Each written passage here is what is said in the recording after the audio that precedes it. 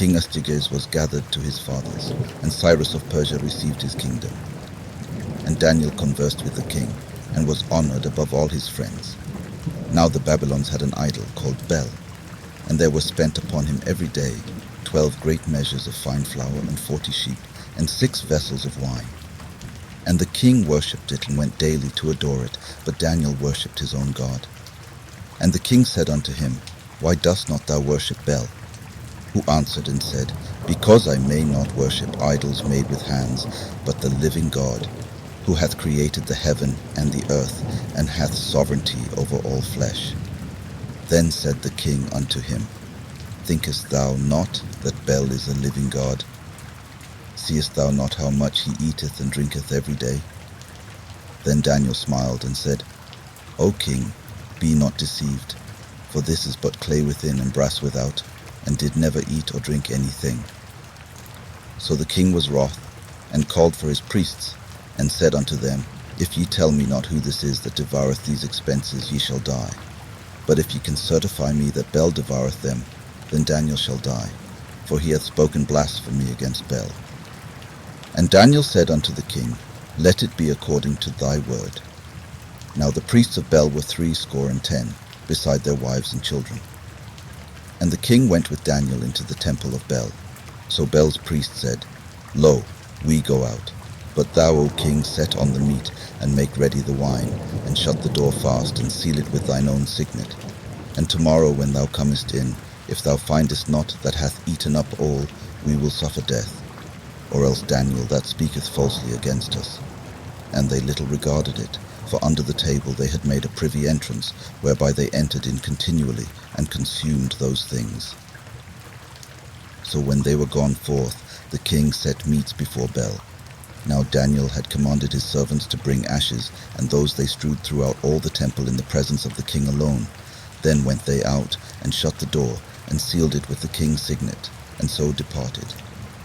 Now in the night came the priests with their wives and children, as they were wont to do, and did eat and drink up all.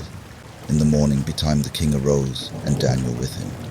And the king said, Daniel, are the seals whole? And he said, Yea, O king, they be whole. And as soon as he had opened the door, the king looked upon the table, and cried with a loud voice, Great art thou, O Bel, and with thee is no deceit at all. Then laughed Daniel, and held the king that he should not go in, and said, Behold now the pavement, and mark well whose footsteps are these.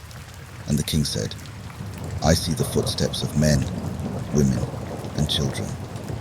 And then the king was angry, and took the priests with their wives and children, who showed him the privy doors where they came in, and consumed such things as were upon the table. Therefore the king slew them, and delivered Bel into Daniel's power, who destroyed him and his temple. And in that same place there was a great dragon, which they of Babylon worshipped. And the king said unto Daniel, Wilt thou also say that this is of brass? Lo, he liveth, he eateth and drinketh. Thou canst not say that he is no living God. Therefore worship him. Then said Daniel unto the king, I will worship the Lord my God, for he is the living God. But give me leave, O king, and I shall slay this dragon without sword or staff. The king said, I give thee leave. Then Daniel took pitch, and fat, and hair, and did seethe them together, and made lumps thereof. This he put in the dragon's mouth, and so the dragon burst in sunder. And Daniel said, Lo, these are the gods you worship. When they of Babylon heard that, they took great indignation, and conspired against the king, saying, The king is become a Jew, and he hath destroyed Bel, he hath slain the dragon, and put the priests to death. So they came to the king, and said, Deliver us, Daniel, or else we will destroy thee and thine house. Now when the king saw that they pressed him sore, being constrained, he delivered Daniel unto them, who cast him into the lion's den, where he was 6 days.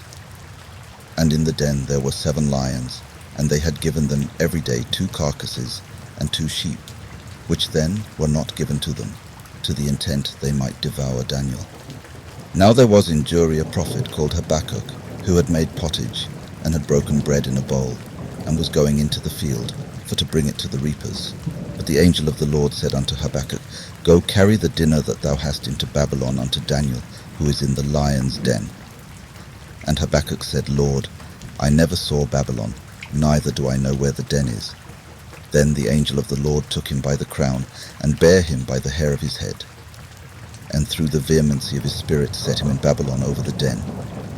And Habakkuk cried, saying, O Daniel, Daniel, take the dinner which God hath sent thee.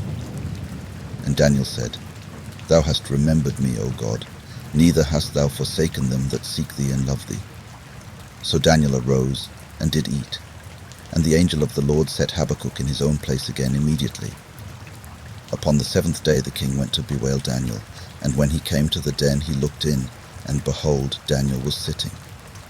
Then cried the king with a loud voice, saying, Great art, Lord God of Daniel, and there is none other beside thee.